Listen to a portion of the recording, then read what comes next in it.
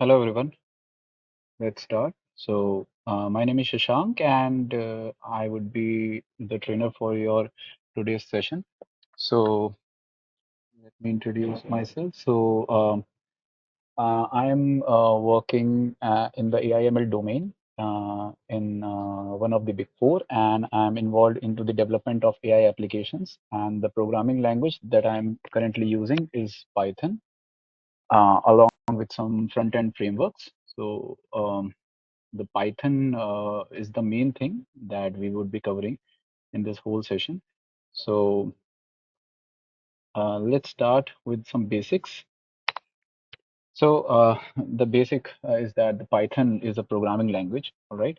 And you can see it in this slide that it got its name from the famous BBC comedy show Monty Python Flying Circus. Okay, so let me open the notepad and let's move to the second slide. So who developed this Python language? Guido van Rossum is the main person behind this, and he developed it in the late 1980s, but released in 1991. And as I already told you that it got its famous name from BBC comedy show Monty Python's Flying Circus, not the snake. All right.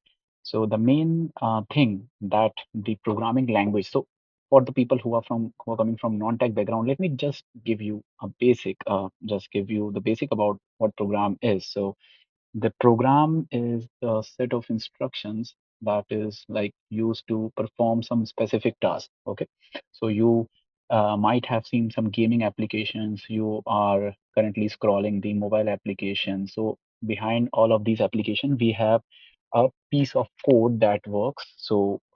That code could be written in any programming language. Okay, so it could be C or C++, like I have worked on iPhone application development, so that was using Objective C in the backend. Nowadays, it is Swift. Okay, so it is very prominent language and very fast. So that is being used in the application development and in the AI application. The already all the AI ML applications or whatever the data science projects that you might have heard of. So the main core language that is getting used is Python. But apart from that, people are also using C++ as well, just because of its fast nature and close to the hardware. Okay, so so the Python would be the so that is the programming language concept. Okay, so now to write a program, you have to use obviously the programming. Okay, now to write a program, we have to follow a certain paradigms like the procedural, object-oriented, and functional programming concept. Okay, so people coming from tech background, they might have learned about C, C++, so they must be aware with this paradigms like the procedural, object-oriented kind of thing. Okay, now I'll give you the example in the upcoming slides. What these procedural object oriented things are. Okay, because these are the concepts, and so if you want to know how code works, how the language works from top to bottom or bottom to top, so there is a particular kind of a process that the hardware they follows. Okay, language while executing the code. Okay, so now why Python is popular? Because it is simple. It has a simple and readable syntax, and it is used in web development, AI/ML, and it is free and open source. Anyone can use it, right? So now this is influenced by ABC language, Modula 3. So you don't have to learn about these languages. Okay, let's move to the third slide. So Python is a compact and very easy to use object-oriented language with very simple syntax rule. It is very high-level language and thus very programmer friendly. So these are some examples that I've included from some ideally. Okay. Now, talking about this thing, object-oriented, and this word, object-oriented. Okay, and high-level language. So these are some words that I would like to explain you. Okay. So what mean when I say Python is a very high level programming language? Okay, someone is sending some message. All right. So I was talking about how what Python is a high level language means. Okay. So it is like Python is very close to human language. Okay, and further from the machine code. Okay, and machine code, by machine code I means binary language. So binary language. So people from BTech background, they must know about binary language, or people who have just learned it in their school days. So binary language means the language that use the code like zeros and ones. Okay, so this is something that we use in the circuit programming as well. Okay, so while designing circuit, the kind of code that is working is the language that uses the concept of binary, and that is in zeros and ones. Okay, so Python is a high level language, means closer to human language, and uh, very far away from the machine thing. Okay, machine code which is written in binary language. Okay, so this makes it easier to write, read, and understand, like compared to low-level languages. Now, what I mean by low-level languages are these one, which I am talking about, like the assembly language, okay, or C. I can say that C is very close to hardware, okay, and Python is quite away from the hardware thing. So because of this high-level language concept. Now let me give you some example. In assembly language, uh, we can see this way that like if you are writing some instruction like mov ax comma 5 add ax comma 10. Okay, so this is just a sort of example for the assembly language. Okay, so how I would write it. Now you must be getting confused what these two commands mean. Okay, now let me write it in Python. Okay, which is again I'm saying it is a high level language, so it is very easy to read. Okay, so in Python it would be like written like this, like x equal to 5, x is equals to x plus 10, right? So now you are able to get this thing, that this is a basic program where I am kind of updating the value of this x by 10, incrementing by 10, and I'm now going to print this x. Okay, so this looks very basic thing, but it is a concept. Okay, so you must know. So Python, what Python is doing over here is that Python is letting you focus on the logic, not the technical complexities. So if you are just like involved in the syntax thing, and now you have been asked to write the logic, and it becomes very complex. So it is very this is going to be very typical thing for you to deal with. Okay, so Python has made that thing easier. Okay, and that is why it is known as high level language. Okay, and sometimes in interview people might ask you uh, if it's starting from the very basic, like Python is a high level language and a binary language thing. If there is a kind of a discussion going on, then they might ask you about this thing. Okay, so I believe you must be clear with this. Now talking about this object oriented, I would not be diving deep at this time. Let us focus on the syntax thing. Okay, now in Python you can see that I'm writing this piece of code which is print hello world. It is a very easy to understand line of code. Like I'm going to print some instruction, right? Hello world. Now I'm comparing two languages over here in C++ and Python. I can see that it is a program of swapping the values of two numbers. Okay, so like if a is equals to 2, b is equals to 3, then I would like to swap the values of these two variables. So now a becomes 3 and b becomes 2. Okay, so you got the task. Now you are writing the program in C++, so you can see that I am writing it in four lines of code. That is basically increasing the number of lines of code. Okay, now in Python I can write it very easily: a comma b 2 comma 3, a comma b is equals to b comma a. So this is making some sense, like I am just exchanging the values of two variables, and kind of it is very easy to interpret what I'm doing here in this program. Hope you understand that why Python is very compact and very easy to use. Okay, now let's move to the next slide. So I mentioned this point in the second slide where I was talking about the procedural object oriented thing. Okay, so in procedural approach, what you basically do is that you just move line by line code. Okay, so you are like, see in this example I have written one function. Okay, so the name of the function is greet. Now what is a function? So in every programming language we have each program language we have a concept of function. And what function does is that it takes some input, process some logic over there, and produce the output. Okay, so kind of you can consider it as a circuit, or you can just think of it as the switch on your switchboard. In like, and you just turn on the switch and it just starts running the fan. Okay, now that is something, a kind of a function that is running in backend of that switch. Okay, so function is something that you give just an input and it just process that logic and produce an output. So here I can see that we have a function named as greet. So it has a task of printing hello. So now in this function, it is basically a kind of a procedural approach. I am following a procedure. Okay, so I am defining the function, I'm calling this function. The calling thing is that, like, you are just you are pressing that switch, okay, to work that logic, to operate that logic. Okay, so this is something, a concept of procedural. Now object oriented is thing is that, like, you are uh, creating some objects. Okay, so here the function is greet, again the same function is used, but I can see that here this p which is equal to.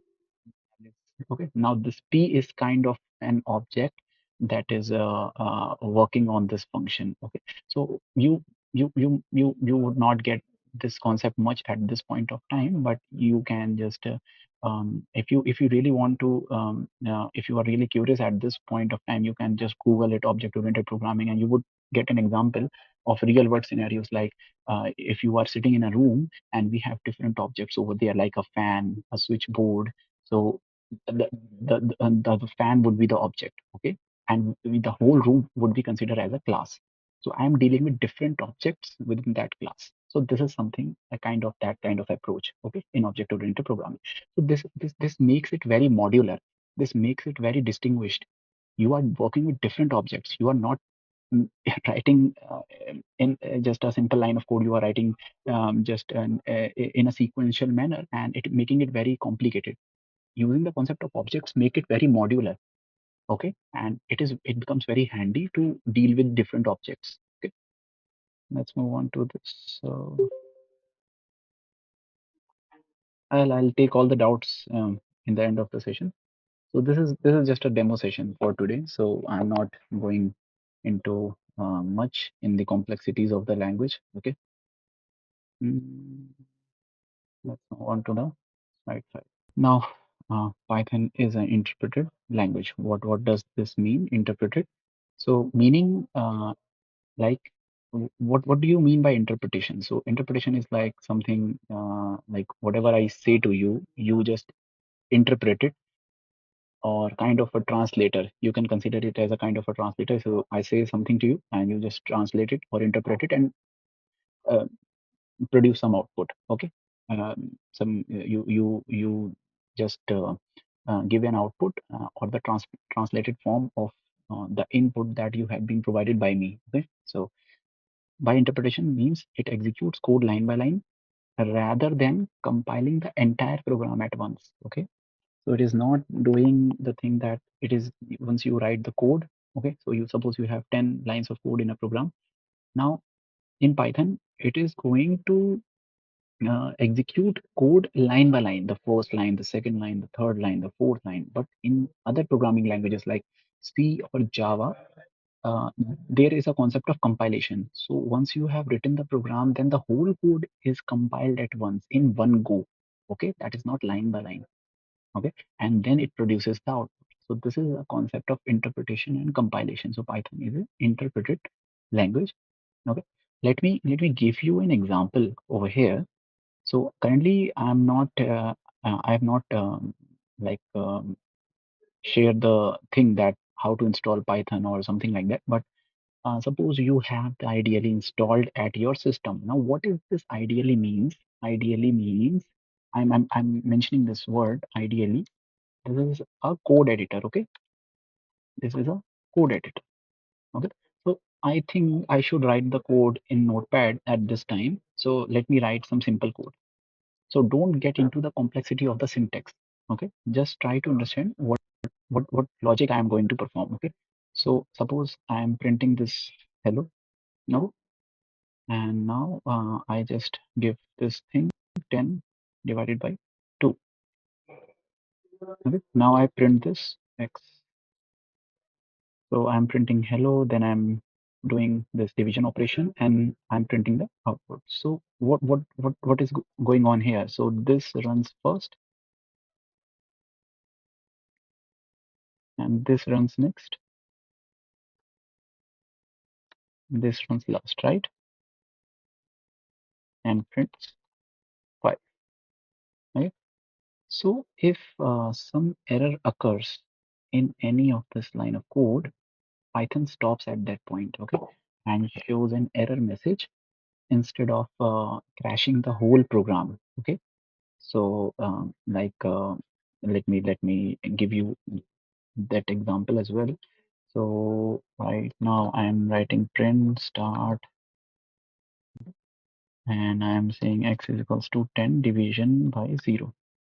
Now I am writing print end. So now again the sequence starts.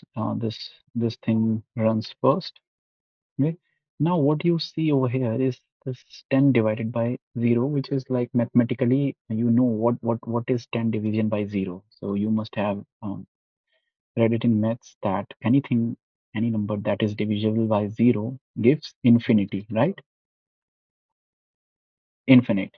So in case of programming languages, so this is something that the code can't produce the output because this is an error, okay, and this is division by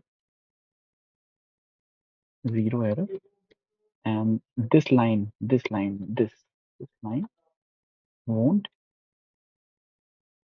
this line. If you are writing something at your end, you can just write it down as well, if just to take short notes. So this line won't execute because the Python stops at this line only, okay? Because it is an interpreted language, so it starts from here. Now it runs this line, and the error occurs, and it stops over here, okay? 10 division by 0. So this line is not going to execute, okay?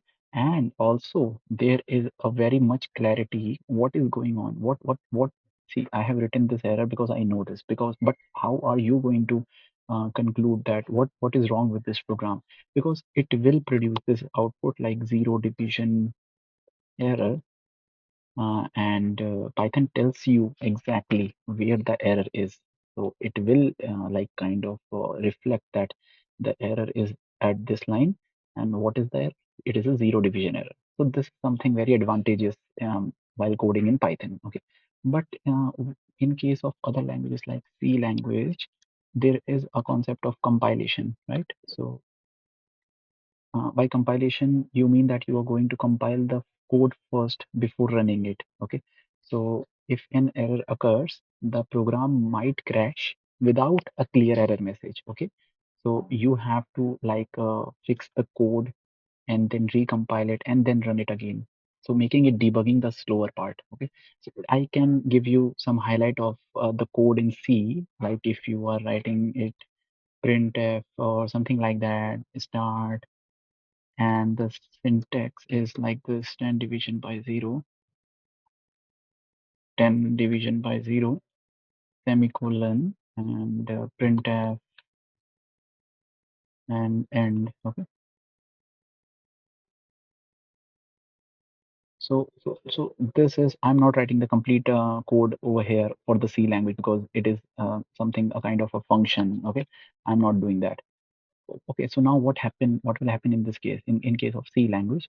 So the output, the whole code, this whole code from this point to this point will run at once in one go, and then the whole program crashes. Okay, the whole program crashes, and the output is also not that much clear. So output would look like this: floating point exception. So now you are not clear what is this floating point exception means. There is something problem with the decimal value, but so this is something very confusing thing in C language. So I hope that this comparison is clear to you. Okay. So again, Python is an interpreted language, and since errors stop execution at the exact point of failure, it makes more flexible, and it is very big, great for beginners and advanced user as well, because it is very simple to write and test code. interactively. Let's move to the next slide. Completeness, Python batteries included philosophy. So Python comes with a vast standard library, means you don't have to write or install additional tools to perform common tasks. Okay, and it includes built-in support for web development. This is a module.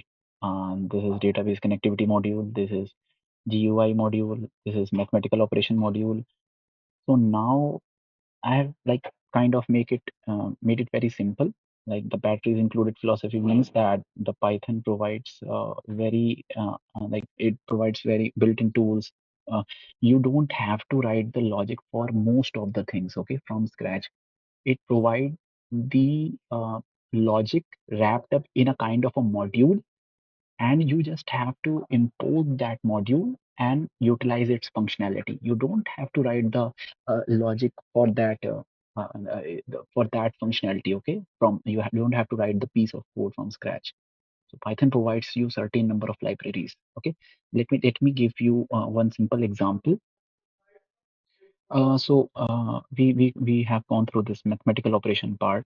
So in case of Python, suppose you have to perform the square root, okay, square root of the number. Okay, so you can go ahead and write the logic for the square root. Okay, write the mathematical expression the way that you write in your maths problem. Okay, but there is an added functionality that we have and we can utilize it, and we have to just import that module. Okay, now this module math is a whole piece of functionality in itself. Okay, so how are you going to use this? You just have to write math dot sqrt. Again, I am saying this, don't get into the syntax thing. What is this dot, what is it? Just try to understand how the operation is working. Okay, I'll explain you each and everything here in this case as well. So 16, and you just write print text. Okay, now you can understand that this is a module that I'm like kind of inheriting in my current working instance. Okay, now to utilize the functionality of this module, I am going to call a function. Again, I'm mentioning the word function. So this function is something that takes input 16, perform its logic, the whole operation. You don't have to write that logic code again, and just give you the output, and you just have to print that. So the output would be 8. That's it. So you are basically using the again concept of batteries included philosophy. So you are just importing the battery, you are utilizing the power of that battery. Okay, I hope this part is also clear. Let's move on to the next slide. Python is a cross platform language, means just hold on guys. Okay, now talking about this cross platform thing. So by cross platform I mean that Python runs everywhere. Okay, you don't have to rewrite this code or whatever code you are writing for different systems or for different operating systems. Okay, so just write it once and run anywhere. That's it.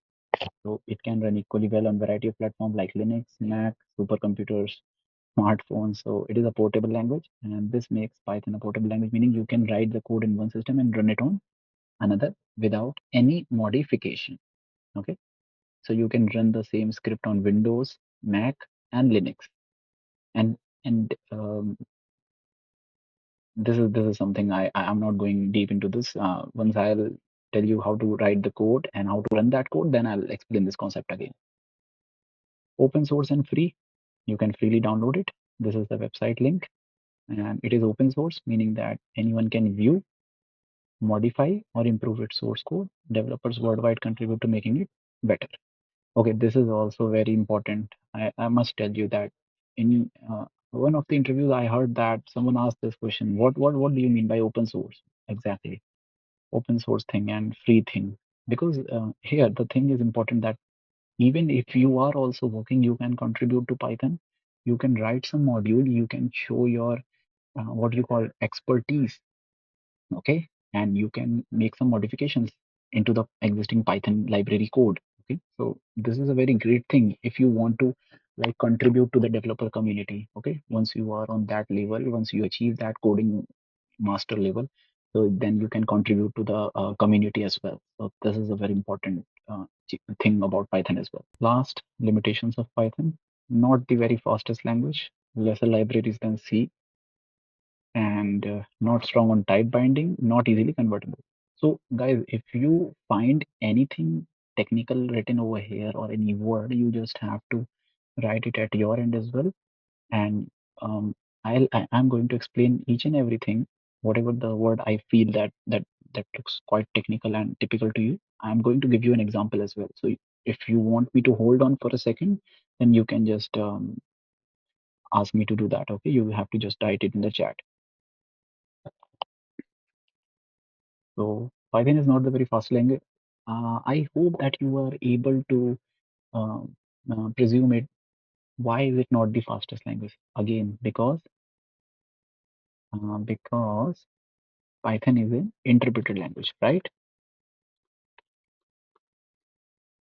So means it executes code line by line rather than compiling the whole thing beforehand, like interpreting, not compilation, right? So interpretation makes things quite slower. Compilation is something that you have written the code in one go, the code is going to run like C or Java.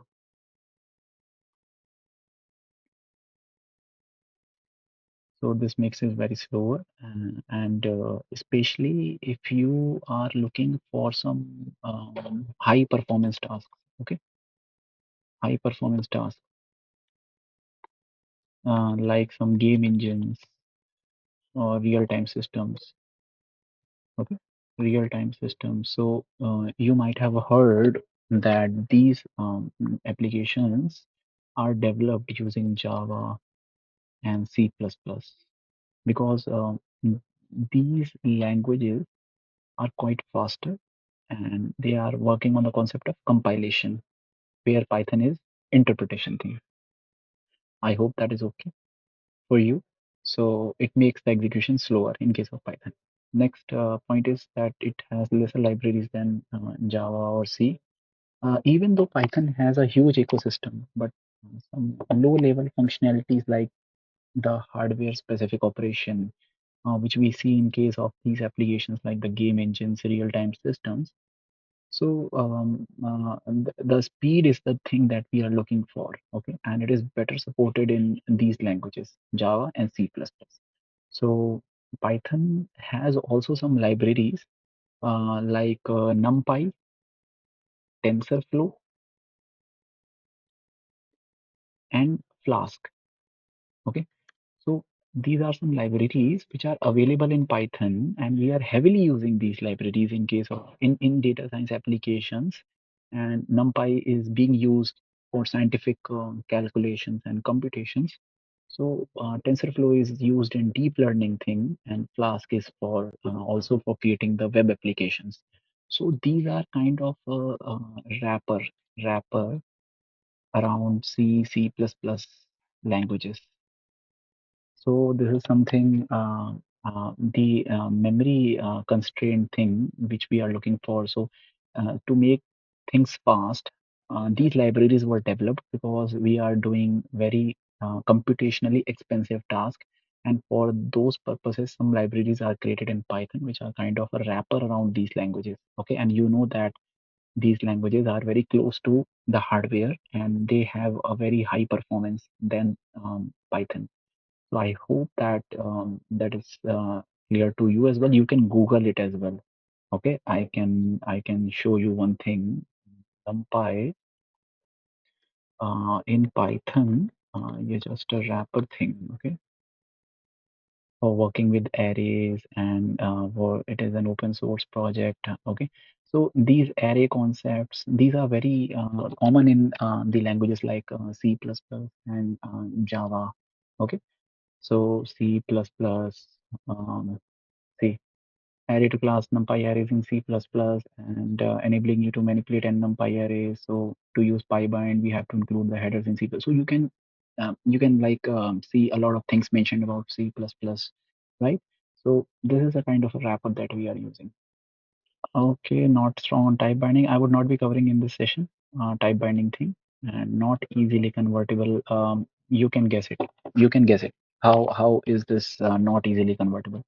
You know that whatever piece of code that we are writing in C or C++, if it is around 4 to 5 lines of code, then it becomes a single line of code in Python. Okay, so going to this example back again. So you can see that in C++, I'm writing this 4 lines of code, and in Python it becomes two. Or I can give you just one more example to make it very much clear. Like in C++ again, in Python I'm writing print hello world print hello world. So if it is written in Python like this, then in C++, I'm just going to write down the whole code. Just allow me few seconds. stdio.h. Okay, and they have int main function. Then we write this way. I believe that we have printf start, or you can just do one thing, printf hello world. Okay, semicolon, and return 0 semicolon, then this. So this is a code for printing hello world. Okay, so in C language. Okay, so people coming from BTech background, they might have gone through this kind of code. So in Python, if it is a single piece of code, then it is in around 4 to 5 lines in C language. So you have to, like, if you are looking to convert some kind of a code in another language, if you are looking to convert this Python language into this C language code, the same hello world, then it would be very much typical. Here it is very simple, but in case of complex code, due to the lack of long syntax, the code language is not that much very easy to convert. Okay, so this is a limitation of Python. Uh, okay, so I believe this is enough for today's session. Okay, just if any one of you have gone through the installation thing, because I would be covering this installation process in the upcoming session, but just to give a bit highlight about this, if you really want to install it at your end, so you just have to go to this website python.org. Okay, and you have to click on this downloads, and you can download this 3.13.2. Okay, and I'll again cover this installation steps. Okay, but as of now, to get you guys started, just follow this. You can just write it down, or you can install it along with me. Okay, so I'm going to click. Okay, and I believe now there are two options. You can either click on install now, or you can click on customize installation. To make things easier, you can go ahead with install now option. Okay, click on this one, and don't forget to click on this checkbox, add python.exe to path. Okay, and just click on this install now, and it is going to install the setup. I'm just going to cancel it because I already have one installation done at my end. So I'm not going to install it, reinstall it again. So that's it. Once this is installed, you you can just search for ideally, type ideally. Okay. Ideally means development environment, the code environment, the code editor.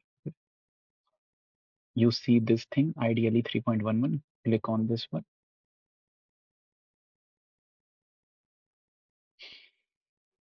Print hello world. Enter, and it produces the output. Okay, so this is very easy to start with. So this is a shell mode, and here we can also write the code. So that's it, guys. So I believe just let me jump to the last slide. Just for summarization purpose, who developed Python language? Guido van Rossum. Is Python object-oriented language? It might be asked. anywhere if you are in college or in an interview. So yes, it is an object oriented language. It is a high level language. What does that mean? I have already told you, very close to human, not close to machine. Cross platform, it can work on any platform: Windows, Mac, Linux. Is it free? Yes, free. You can contribute to the Python community as well. What is the difference in interactive? Not going to cover this session. Okay. Interactive mode is this one which I showed you where I am typing the code, print hello world. Okay, that was an interactive. That's it for today, guys. So if you have any questions, you can just unmute yourself and start asking. All right. Thank you so much. Have a good day. Bye.